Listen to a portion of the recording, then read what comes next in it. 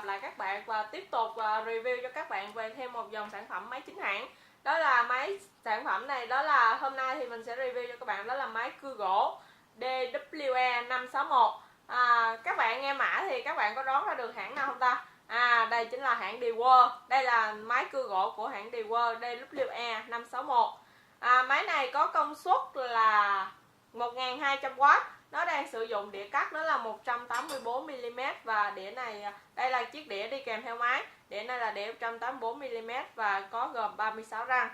Máy này thì chuyên dùng để cưa gỗ, cắt gỗ và nó có thể cắt thẳng hoặc là cắt góc nghiêng. Cắt góc nghiêng của nó tối đa được là 90 độ. Rồi đi kèm với chiếc máy này trong một thùng sản phẩm máy chính hãng thì gồm có một cái cử.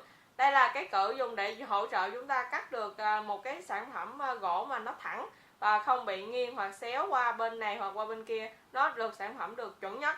Đây là cái khóa để chúng ta tháo lắp cái đĩa này vào chiếc máy chúng ta. Bây giờ thì muốn gắn cái cử này vào thì các bạn nhớ là lưu ý là gắn vào đây. Thì khi các bạn gắn cái cử này vào thì các bạn là nhớ lật cái cử xuống, lật cái đầu này cho nó nằm xuống dưới. Thì các bạn sẽ xỏ vào đây. Các bạn tùy vào cái kích thước của miếng gỗ mình thì các bạn sẽ khóa cái này lại để giữ cho nó chặt cái miếng này, để khi các bạn cắt, trong quá trình mình cắt thì cái đường cắt của chúng ta nó sẽ được thẳng và làm cho khi mà ra nó sẽ đảm bảo được tính thẩm mỹ và đẹp hơn, đảm bảo được nhu cầu của công việc của tất cả các bạn. Hai bên đây là hai bên đoạn chổi than. Thì máy này hiện tại thì chổi than của nó thì nó cũng giống như tất cả các hãng khác thôi. Thì chổi than nó chỉ được sử dụng trong khoảng thời gian là 200 giờ. Nếu mà các bạn sử dụng quá thời gian 200 giờ mà không thay chổi than thì nó sẽ rất dễ bị cháy cái động cơ bên trong này. Các bạn nhớ lưu ý điều này đó.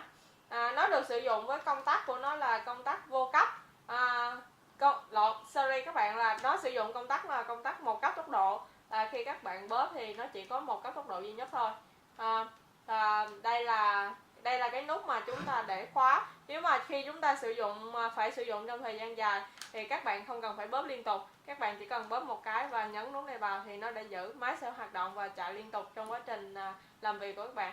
Các bạn muốn trở về ban đầu thì các bạn chỉ cần bóp thêm một cái thì nó sẽ nhảy lên cái cốc và sau đó thì nó trả về vị trí ban đầu thì máy nó sẽ tắt. Đây là những cái hôm nay mình đã review cho các bạn về cách sử dụng cũng như là những phụ tùng phụ kiện bên trong chiếc máy chính hãng DeWalt DWE561 máy cưa gỗ.